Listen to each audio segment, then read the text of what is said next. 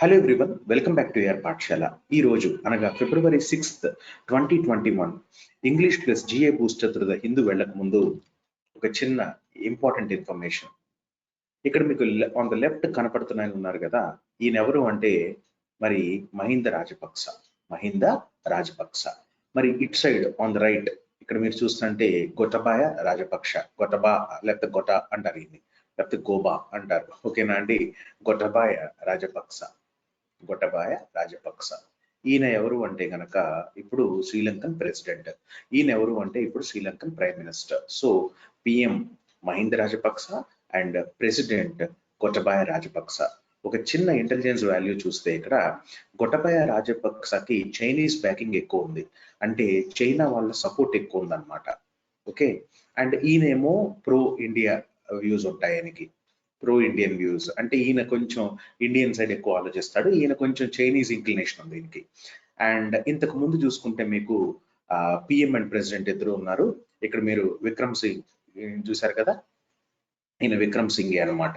ఈయన మైత్రిపాల సిరిసేన ఇంతకు ముందు ప్రెసిడెంట్ అండి శ్రీలంకకి, అంటే ఇప్పుడు గొటబాయ రాజపక్స ఉన్నట్టు.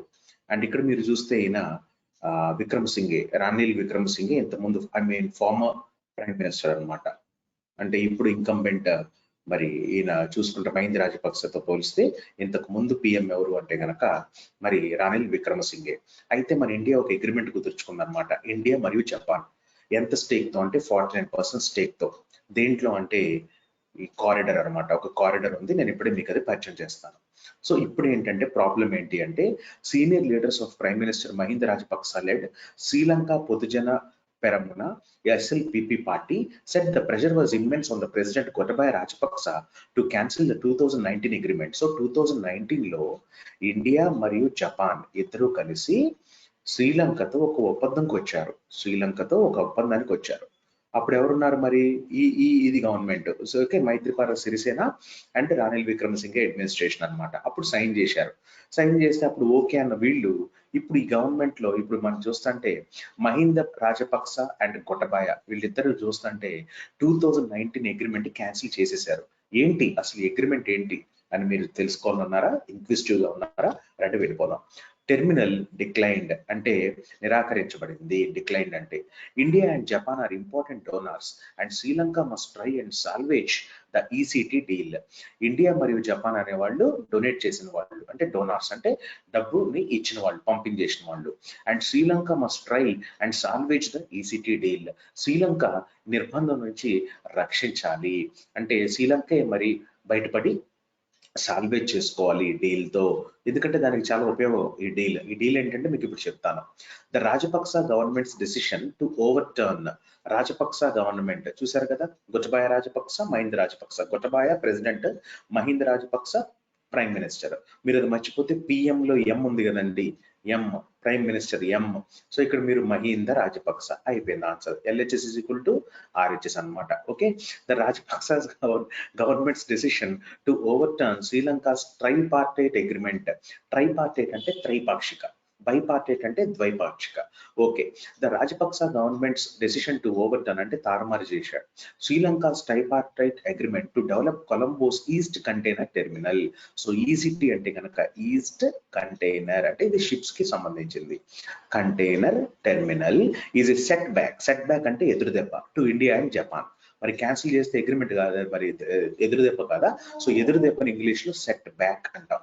The project worth an estimated $500 to $700 million అండి was a key marker for infrastructure investment. అంటే మౌలిక సదుపాయాల ఇన్వెస్ట్మెంట్ లో ఇది కీ పాత్ర పోషించనుంది.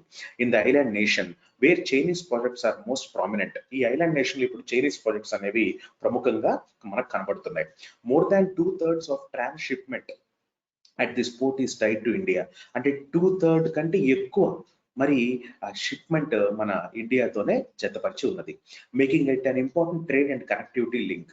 Japan has been a keen supporter of Sri Lanka's growth story with its loans of about 1.1 trillion yen and grants and technical cooperation of about 300 billion yen as a joint venture for India and Japan to invest in the ECT project. అంటే గనక East Container Terminal project was also expected to showcase how the two Indo-Pacific partners and also Quad members, ఇవి Quad members కూడా కదా, could provide South Asia with viable అంటే ఏంటమ్మా అంటే functional అంటే అనుకూలంగా, ట్రాన్స్పరెంట్ పారదర్శకంగా, సస్టైనబుల్ స్థిరమైన alternative for financing and development. ఇక్కడ చూస్తే మీరు ఇండియా అండ్ జపాన్ రెండు శ్రీలంకకి ఫండింగ్ లో ఏ విషయంలోనూ తక్కువ చేయలేదు, మంచి పార్ట్నర్స్ కింద కూడా ఉన్నాయి అని చెప్తున్నాడు అనమాట. The sharp statements from New Delhi and Tokyo now reflect their deep disappointment and their suspicious about the motivations. ఇప్పుడు కొంచెం డౌట్ పడాల్సిన అవసరం ఎంతైనా ఉంది. వాళ్ళు వద్దు అని సడన్ గా చెప్పేసరికి ఈ షార్ప్ మరి ఆన్సర్ ఏదైతే ఉందో తీసుకోలేకపోతున్నారు. మనకి డీప్ డిసప్పాయింట్మెంట్ కింద మిగిలింది. ద ఆస్టెన్సిబుల్ రీజన్, ఆస్టెన్సిబుల్ అంటే లోపల ఒకటి బయట ఒకటి, బయటికి కనపడుతోంది ఏంటి అంటే రీజన్ ఏంటంటే for the Rajapaksa government's decision is growing pressure from port union groups which have opposed any foreign participation and threatened a work to rule agitation. ECT operations were handed to the Adani Group as proposed. ఇక్కడ మీరు చూస్తుంటే మన India side Adani group కి మనం operations అట్టు పెట్టాం మనం. అయితే ఇప్పుడు వీళ్ళు ఏమంటారంటే ఈ శ్రీలంకలో ఎవరైతే మన పోర్ట్ యూనియన్స్ ఉన్నాయో ఫారెన్ పార్టిసిపేషన్ మాకొద్దు, ఫారినర్స్ ని తీసుకురాకండి, మాకు జీనోఫోబియా ఉంది, అంటే ఫారినర్స్ అంటే మాకు భయం, వద్దు తీసుకురావద్దు అని చెప్పి ఎజిటేషన్ అంటే ధర్నాలు ఇవన్నీ చేస్తున్నారు, నిరసనలు చేస్తున్నారు. కాబట్టి మరి శ్రీలంక అది విరమించుకున్నది. అయితే దీంట్లో మళ్ళీ ఇంకో ఇంటెలిజెన్స్ యాంగిల్ ఏంటంటే ఈ నిరసనకాల గ్రూపులు ఏవైతే ఉన్నాయో వీళ్ళందరికీ చైనా వాళ్ళు బ్యాకింగ్ చేస్తున్నారు అని. చైనా వాళ్ళు బ్యాకింగ్ చేస్తున్నారంటే గొటబాయ రాజపక్స వింటాడు, గొటబాయ రాజపక్స దగ్గరికి యూనియన్ ట్రేడ్స్ అందరూ వచ్చారు. సో అల్టిమేట్ గా ఏమైందంటే ఇక్కడ టోటల్ గా ప్రాజెక్ట్ అనేది ఈసీటీ ప్రాజెక్ట్ అనేది క్యాన్సిల్ అవడం జరిగింది. India has also had some misgivings అంటే సందేహాలు about whether the Rajapaksa brothers who became president and prime minister in 2019-20. So prime minister నేను ముందే చెప్పాను Mahinda Rajapaksa and President Gotabaya Rajapaksa would in fact honor the commitments made by the previous government given the acrimony అంటే చేదు అనుభవం అమ్మ. ఎందుకు వచ్చింది అంటే గనక చేదు అనుభవం అని చెప్పి, acrimony అంటే బిటర్నెస్ అన్నమాట, చేదు అనుభవం. Between the two governments, similar commitments made by former PM Ranil Wickremesinghe during a visit to Delhi when he signed an MOU అంటే Memorandum of Understanding for developing the eastern city of Trincomalee through oil and infrastructure projects also appear to have fallen by the wayside.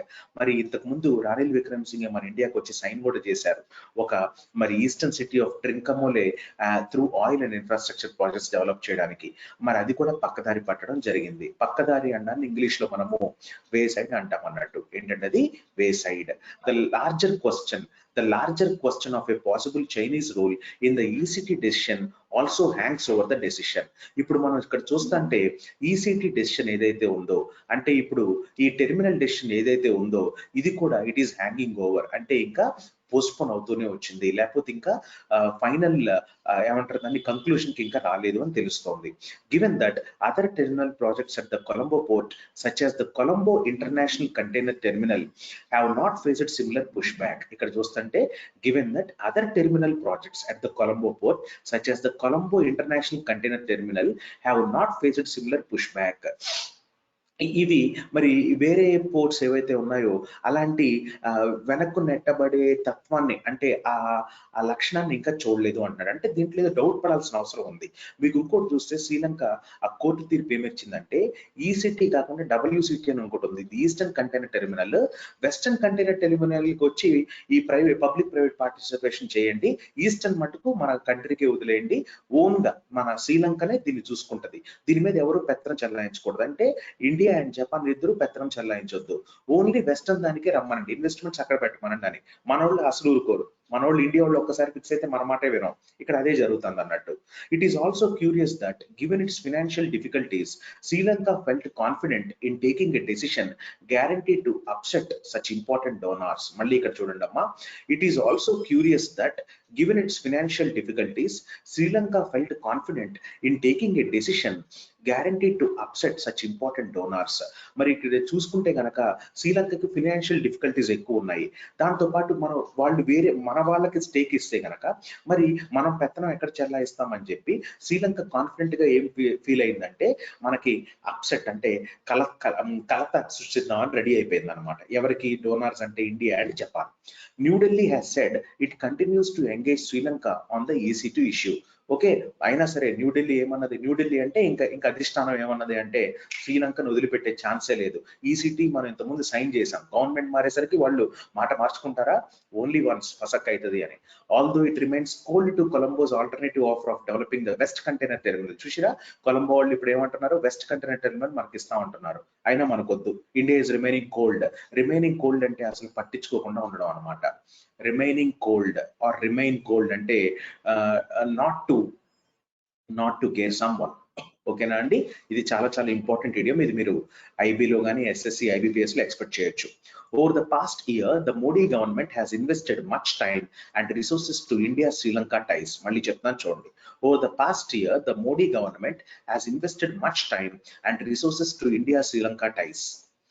Okay, including a new credit line, currency swap agreement and COVID-19 assistance and vaccines. India మరి చూస్తే గత ఏడాది నుంచి మరి Modi government చాలా invest చేసింది ఆ టైస్ ని బలం చేసుకోవడానికి, అంటే స్ట్రెంగ్ చేసుకోవడానికి. NSA national security adviser Ajit Doval and EAM external affairs minister S Jaishankar have visited Colombo more than once. ఒకసారి కంటే ఎక్కువే అటెండ్ అయ్యారు. And mister Modi has hosted president Gotabaya and prime minister Mahinda Rajapaksa India. అంటే ఆయన హోస్ట్ కూడా చేశారు వీళ్ళిద్దరిని, ప్రెసిడెంట్ గోటబాయ అని ప్రైమ్ మినిస్టర్ మహింద రాజపక్స అని.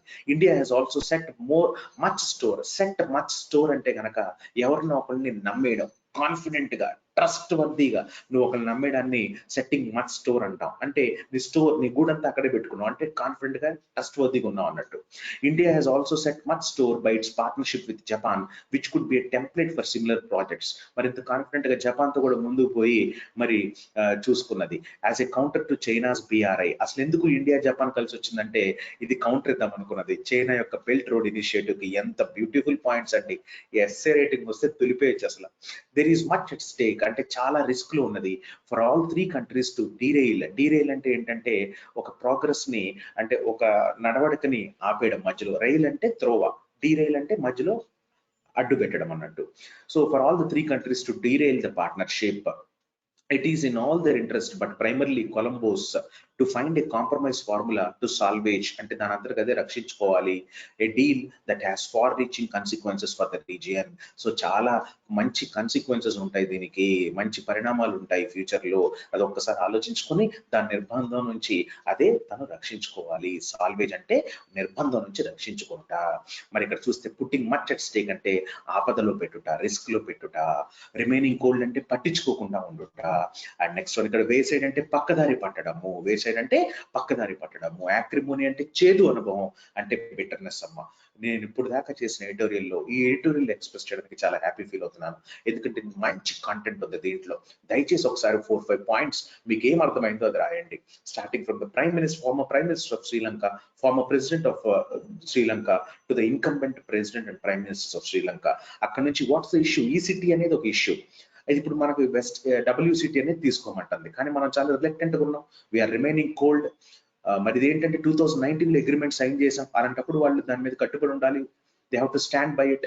అలా కాకుండా ఇప్పుడు వద్దని చెప్పి క్యాన్సిల్ చేయడం ఏంటి అంటే మరి చైనీస్ యాంగిల్ ఉందా దీంట్లో అని ఆలోచించాల్సిన అవసరం ఎంతైనా ఉంది. ఓకే, చైనా తన బలోపేతం చేసుకుంటుంది ఇలాంటి పాలసీస్ తో, అది ఎప్పటికైనా మనం దాన్ని అడ్డుకోవాలి. ఓకే, ఆస్టెన్సిబుల్ అంటే కనుక బయటికి కనపడేది ఒకటి, లోపల ఉండేది ఒకటి.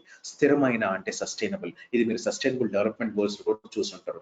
నేను సాల్వేజ్ అంటే ఏంటో ఇప్పుడు 34 సార్లు చెప్పిన. ప్రామినెంట్ అంటే ప్రముఖమైనది, ఏంటంటే ప్రముఖమైనది. సెట్ బ్యాక్ అంటే ఎదురుదెబ్బ, ట్రైపార్టైట్ అంటే త్రైపాక్షిక. ఓకేనా అండి? అయితే మరి ఇవాళ మిమ్మల్ని క్వశ్చన్ అడగకుండా వదిలేస్తానా? ఒక చిన్న క్వశ్చన్. శ్రీలంక యొక్క లెజిస్లేటివ్ క్యాపిటల్ ఏది అండ్ ఎగ్జిక్యూటివ్ క్యాపిటల్ ఏది? మీరు నాకు ఇప్పుడు టైప్ చేసి పెట్టాలి, ఎందుకంటే బేసిక్ క్వశ్చన్స్ అడుగుతాడండి. శ్రీలంక కరెన్సీ రూపీయే, నేను ఒప్పుకుంటా. ప్రైమ్ మినిస్టర్ ప్రెసిడెంట్ ఇద్దరు చెప్పేశారు, రాజపక్సాలే. గొటబాయ అనే president, Mahinda Rajapaksa prime minister. అయితే శ్రీలంక యొక్క లెజిస్లేటివ్ క్యాపిటల్ ఏంటది, ఎగ్జిక్యూటివ్ క్యాపిటల్ ఏంటది? హలో, ఎదురు చూస్తున్నా, వచ్చేయండి. అంటే తొందరగా కామెంట్ బాక్స్ లో మీ ఆన్సర్ పెట్టండి. నమస్తే, బాయ్.